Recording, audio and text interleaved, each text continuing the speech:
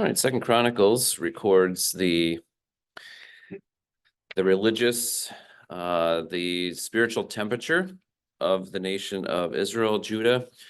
So what you're going to see in Second Chronicles is when the kingdom divides, it's not going to follow Israel in the north. It's only going to follow Judah. So I looked ahead to see if there's parallels. So we're going to have to be in Kings a lot more because First and Second Kings does record all the political happenings of the northern and the southern kingdom when they divide. And we know that the northern kingdom never has a godly king. All 18 or 19 kings of the north are all do what's evil, and they're all compared to Jeroboam. Lord willing, we'll look at Jeroboam next week and see how he had as much potential, as much of a, almost like a blank check as Solomon did, as far as not the wisdom, but the direction of the kingdom was his choice, and he didn't choose wisely. And it did not take him long to pretty much doom the kingdom of Israel from the get-go. Now, the children of Israel that are in Judah and Benjamin have more of a chance, and their lineage, their spiritual temperature kind of goes up and down depending on the king. And some of the kings start out well, like Solomon, and go off the rails at the end. Some of them, like Manasseh, worst king, starts really bad, and at the end he repents and turns to the Lord. So that's what we expect, a variety of people, and what we can learn from each of these kings and kingdoms. But what I've wrestled with at times is when God has promised judgment, and then it almost doesn't seem fair that Solomon doesn't get judged, that his son does. Like, it's Solomon's idolatry, and then his son gets the divided kingdom. And we'll see that throughout other, but Rehoboam starts out well. He at least has 3 years where he's following the Lord. He has a chance with Jerusalem and the temple, the glorious temple, to stay faithful to God for generations. Whereas the northern tribes, they don't have the temple, they don't have legitimate priests. We'll see what happens with the Levites and the priests whenever the kingdom divides. It's pretty fascinating. But for the beginning of Rehoboam's kingdom, he seems to start well, and well's in quotation marks, compared to David and Solomon. So does God's judgment on Solomon's idolatry or Rehoboam's folly divide the kingdom of Israel? And the answer is yes. Divine sovereignty and human responsibility appear to be distinct, but when we trust in God's sovereignty, there's nothing outside of his knowledge or providence. Did he know that Rehoboam was going to divide the kingdom? Yes. Did he want to judge Israel for Solomon's idolatry? Yes. So, but Solomon's kingdom wasn't divided when Solomon was alive. There were clearly cracks in the foundation, which we have seen. And so when the cracks cause a division, we're not surprised, especially when God says that was going to be the judgment. There's nothing outside of God's sovereignty, his knowledge, or his providence. He turns the king's heart toward him, and he turns the king's heart sometimes away from him. Romans 9 tells us that he hardens Pharaoh's heart, and then he judges Pharaoh for a hard heart. And Romans 9 says, is God wrong for doing that? Absolutely not. God is not wrong for hardening someone's heart or them allowing them to make a wrong decision and then judging them for that wrong decision. Okay, that is God's prerogative. That's how sovereignty works. And who are we, Romans 9 says, to question God's sovereignty? So don't get in the habit of, this doesn't seem fair, God. Okay, no, wrong. It may not seem fair, and we may say that in a lament, but we're assuming it's always right. Okay, God is always right. He never does what's wrong. Okay, so in the rest of the Old Testament, we're going to see a roller coaster of faithfulness, unfaithfulness, faithfulness, unfaithfulness, prophets speaking, sometimes godly kings, sometimes awful kings. in the history of Israel. This is expected. And yet, what we see, what we'll try to learn from each king is what we can hopefully apply to our lives. So 2 Chronicles chapter 10 is where we're going to be primarily today. We're not going to go back and forth. Most of it is word for word. And there's a few details that Chronicles has that Kings doesn't. And then we'll have to go back to Kings to get the northern tribes of Israel.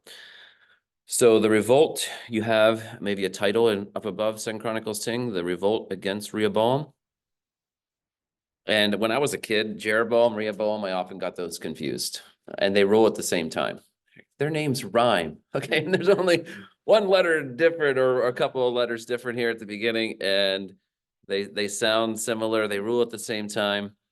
There's going to be two Jeroboams or Jehorams that are going to rule at the same time in the future. That's going to be confusing as well. But we have the north and the south, Israel and Judah is how the kingdom here divides. But he actually begins the kingdom in a wise way. So let's look at the wisdom. Now, Rehoboam is likely the primary recipient of the book of Proverbs. If Solomon writes Proverbs, and how many times does Solomon refer to my son, my son, my son, my son, over and over and over again? That's Rehoboam. That's his other sons too, likely. But Rehoboam is definitely, Proverbs is written for him and his brothers.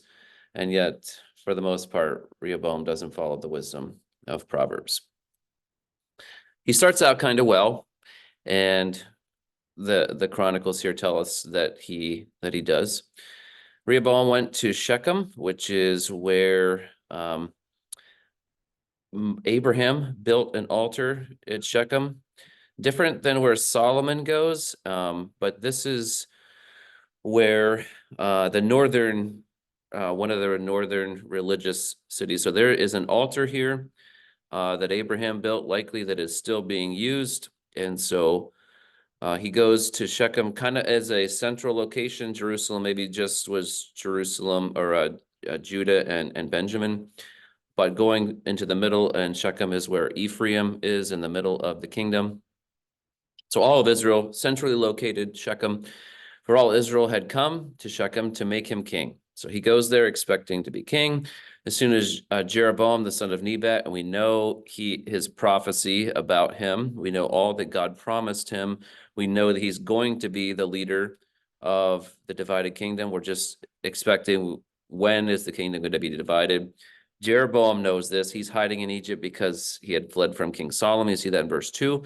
Jeroboam returned from Egypt when he hears his life's no longer in danger. Solomon's dead. Verse 3, and they sent and called him. And I don't know the him there. Is that Jeroboam or is that Rehoboam? Because all Israel comes to make Rehoboam king. But when Solomon dies, it sounds like Jeroboam returns from Egypt, and right after that, they sent and called him. So they maybe, Israel wanted Jeroboam to come back because they respected him and followed his leadership under Solomon. And so Jeroboam kind of is the one who is going to unite the northern tribes, and hopefully under Rehoboam. And all Israel came and said to Rehoboam, your father made our yoke heavy.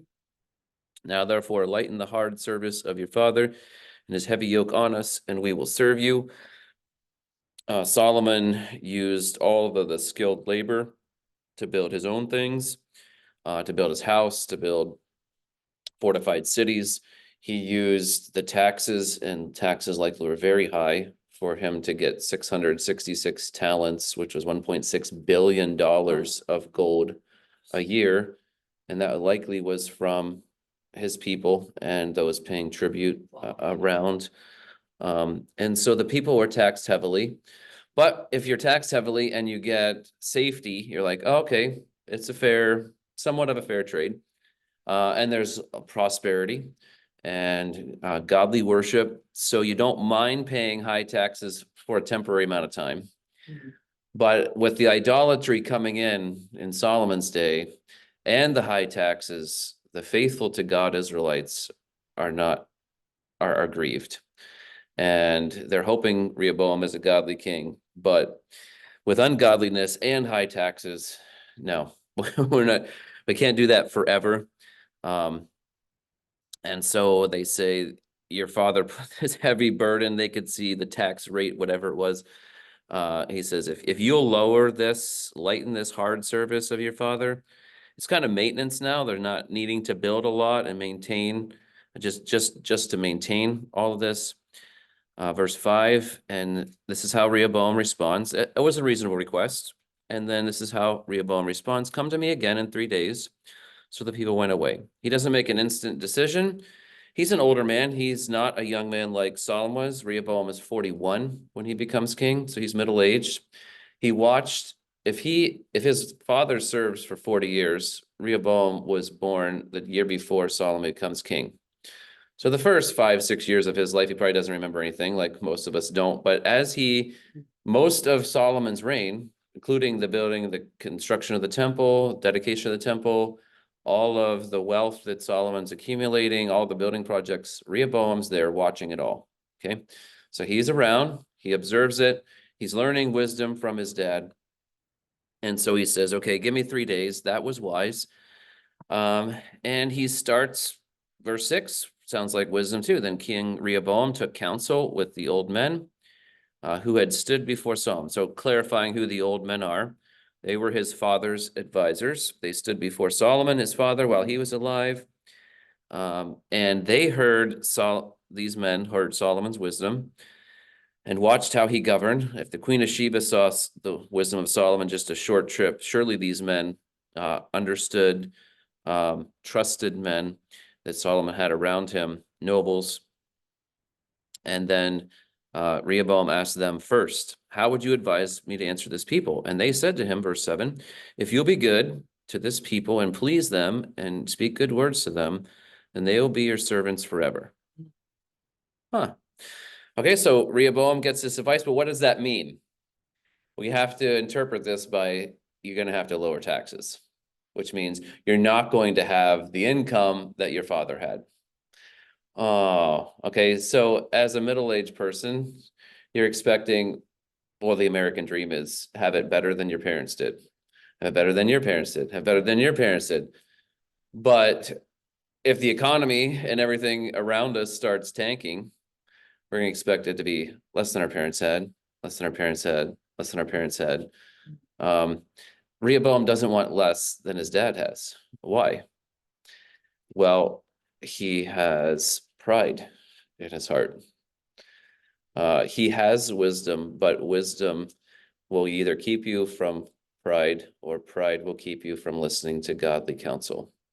Here's some godly wisdom, and we're going to see what he does with that wisdom. It's taken 3 days. So he hears this. Maybe this is day 1. Day 2, he hears the other side. And then day 3, he makes his decision. Verse 8, but he abandoned the counsel that the old men gave him. We don't know if he said, I don't really want to lower taxes. I need to get some other advice. And there are times that we get counsel and you're like, no, I don't like that counsel. I'm going to find someone, maybe it's a doctor, maybe it's a lawyer. So someone else is going to give me some other counsel that's contradictory to what I got because I don't like what was said. Okay. So he's going then to his younger, verse 8, he abandoned the counsel that the old men gave him and took counsel with the young men. It sounds like he abandoned it before he got the counsel of the young men. He should have just said, okay, that's good.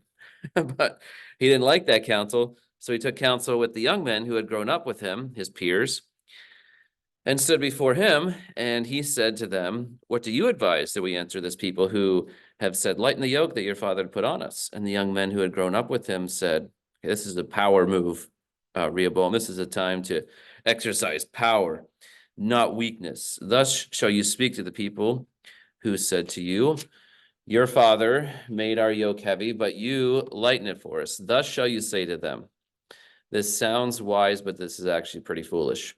My little finger is thicker than my father's thighs. And now, whereas my father laid on you a heavy yoke, I will add to your yoke.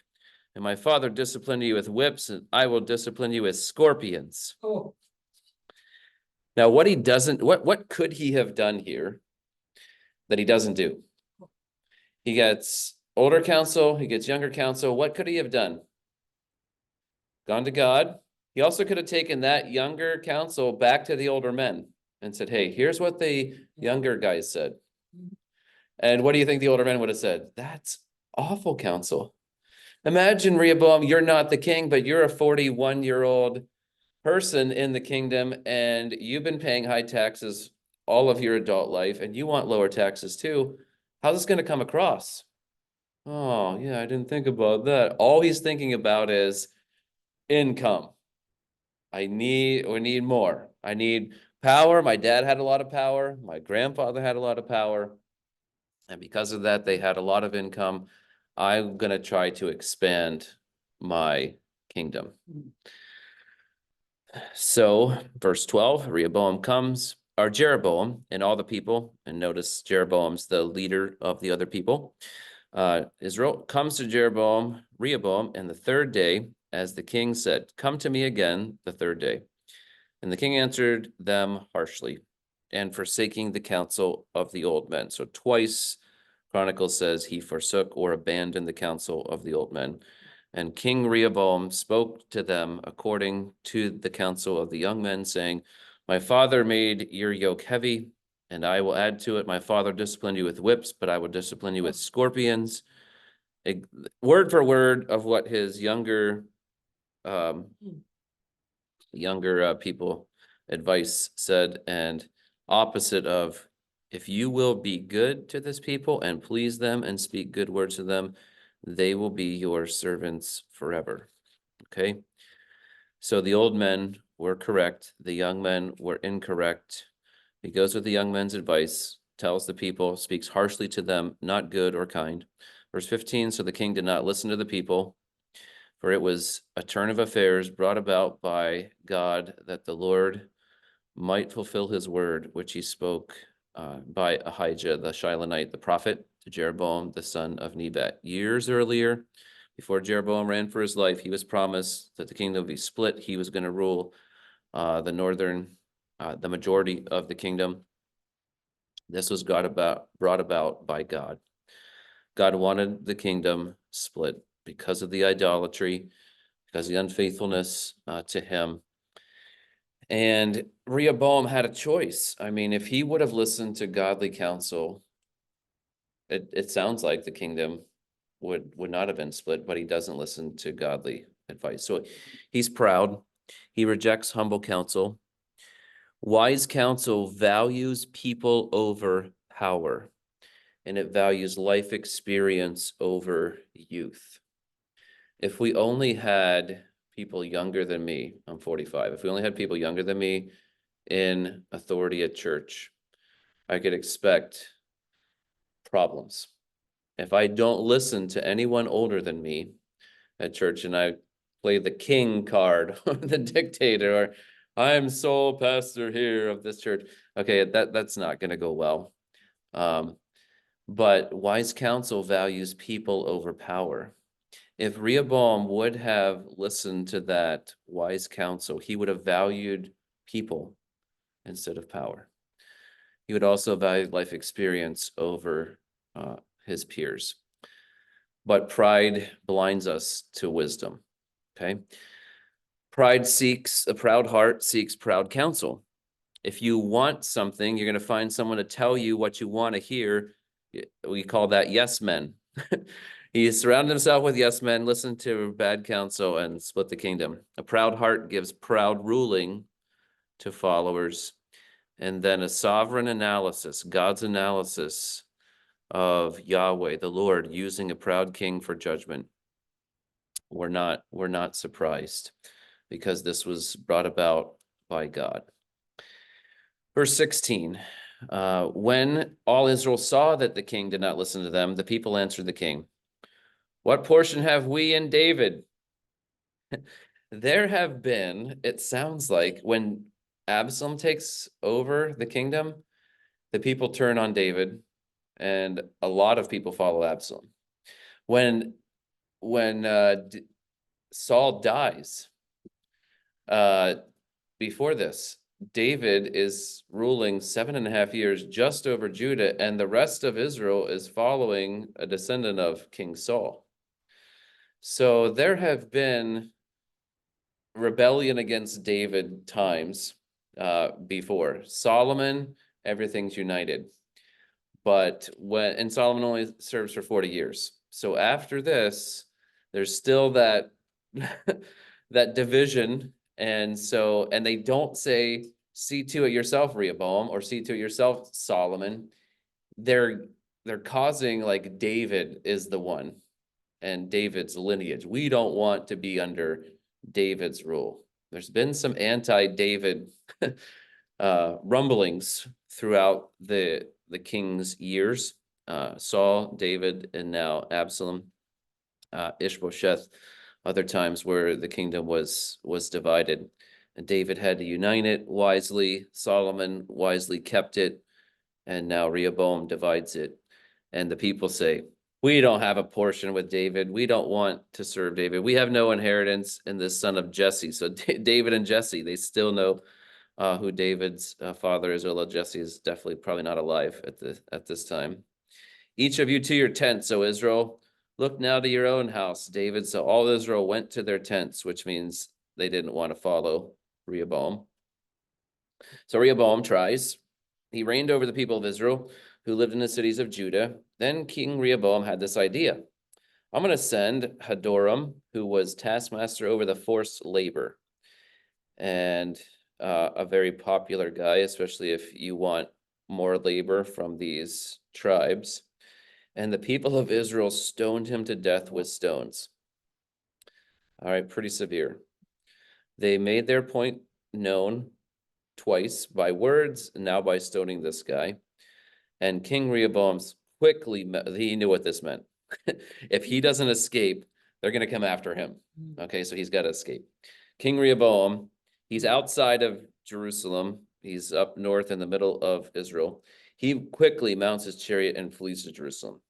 So Israel has been in rebellion against the house of David to this day, at the time Chronicles is written. And when Rehoboam came to Jerusalem, what's he going to do? He assembles. Israel is not united under Jeroboam yet. They just don't want Rehoboam to rule over them. So Rehoboam says, here's my chance to reunite the kingdom by force. So he assembles the house of Judah and Benjamin, 180,000 chosen warriors. We'll compare this number when we get to Jehoshaphat. This is such a small army compared to Jehoshaphat's army. Jehoshaphat was like the golden time, almost like Solomon, but just in Judah and Benjamin. But this 180,000 chosen warriors is small compared. If Israel was to unite, they had a lot more army in the north. They would have gotten obliterated. So he's going to try to by force, but the word of the Lord comes to Shemaiah, the man of God. And now Rehoboam listens to God's prophet. Say to Rehoboam, the son of Solomon, king of Judah, and to all Israel in Judah and Benjamin, thus says the Lord, you shall not go up and fight against your relatives. Return every man to his home, for this thing is from me. So they listened to the word of the Lord and returned and did not go up to Jerusalem against Jeroboam.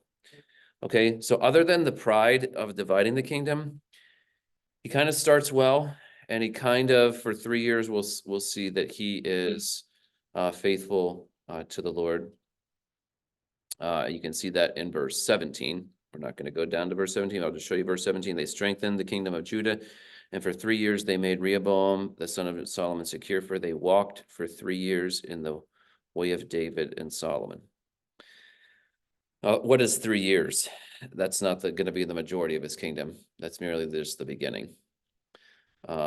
It's a sad commentary, but at least it is 3 years. It's not like Jeroboam is never going to worship God how God wants to be worshipped in the north, and they just go off into breaking the second commandment, making a graven image, the golden calves. We'll see that next week. But for now, Rehoboam and those around him are faithful to the Lord. Rehoboam goes in verse 5, lives in Jerusalem, and he built the cities of defense in Judah. And it mentions all these different names: Gath, probably is a familiar name. It'd be Lachish, Ajalon, some of the Bethlehem and Hebron cities you've heard before. So you can count there. I think there's 12. 2, 3, 4, 5, 6, 13, 14, 15, sorry. 15 cities. Fortifies them. So he says, okay, I'm not going to use my resources. I'm going to listen to God. I'm not going to go up and lose some of my men in battle. Instead, I'm just going to fortify what I have. So all around Judah and Benjamin, he's going to cause these cities to be extremely fortified. He inherits a lot of wealth, I'm assuming, from Solomon. So he has money to make this happen without taxes. Verse 11. And you mentioned, I noticed the Judah and in Benjamin in the verse 10. So if you have been confused by he gets 10 tribes, Jeroboam does, and Judah alone, but Judah and Benjamin are actually together. I think where Benjamin is where Jerusalem is located, and just south of Jerusalem is where most of the of Judah is. So Benjamin and Judah go together, which makes sense, the 10 and the 2 of how Israel is 10 tribes. Verse 11, he made the fortresses strong, put commanders in them, stored in them food and oil and wine. He put shields and spears in all the cities and made them very strong. So he held Judah and Benjamin. Elsewhere, we'll see that they're constantly fighting the north and the south, kind of like the Civil War in our country. But proud people divide the kingdom by replacing a foolish leader. And what's Israel going to do? They're going to replace Rehoboam with Jeroboam, and it's going to be worse for them. Replacing a foolish leader with another foolish leader is foolish, okay? Foolish people follow an ungodly leader away from God permanently. Judah is going to be in and out of faithfulness to God, but Israel is permanently walking away from the Lord, and we'll see how that happens next week. The proud, rejected leader, Rehoboam, seeks to unite the kingdom by force, but then he's humbled, he's rejected, but he finally listens to God. And using the covenant name for God here, Yahweh, several times. Thus says Yahweh.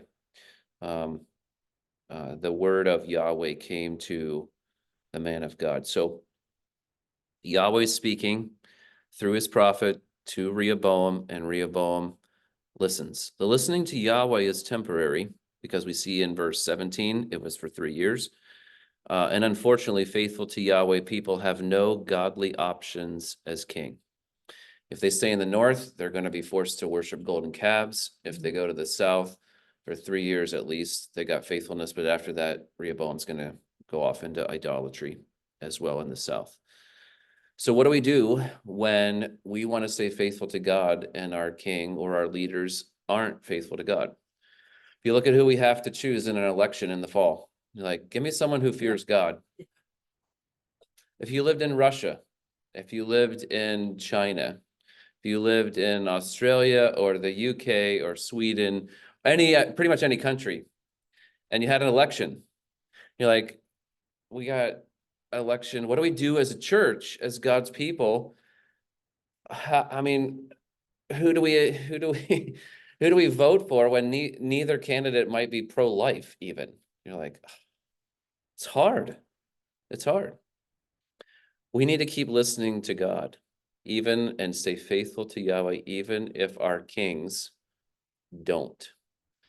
And we know from Elijah's time that there are 7,000 in the north that will not bow the knee to Baal, okay? If it's that small of a percentage, 1% of the people, it's probably less than 1%. If we're part of the 1%, we're not going to bow the knee to Baal. We're never going to approve things that God says are an abomination. We're never going to bow and worship false gods. We're going to stay true to God's word, even if it costs us our lives.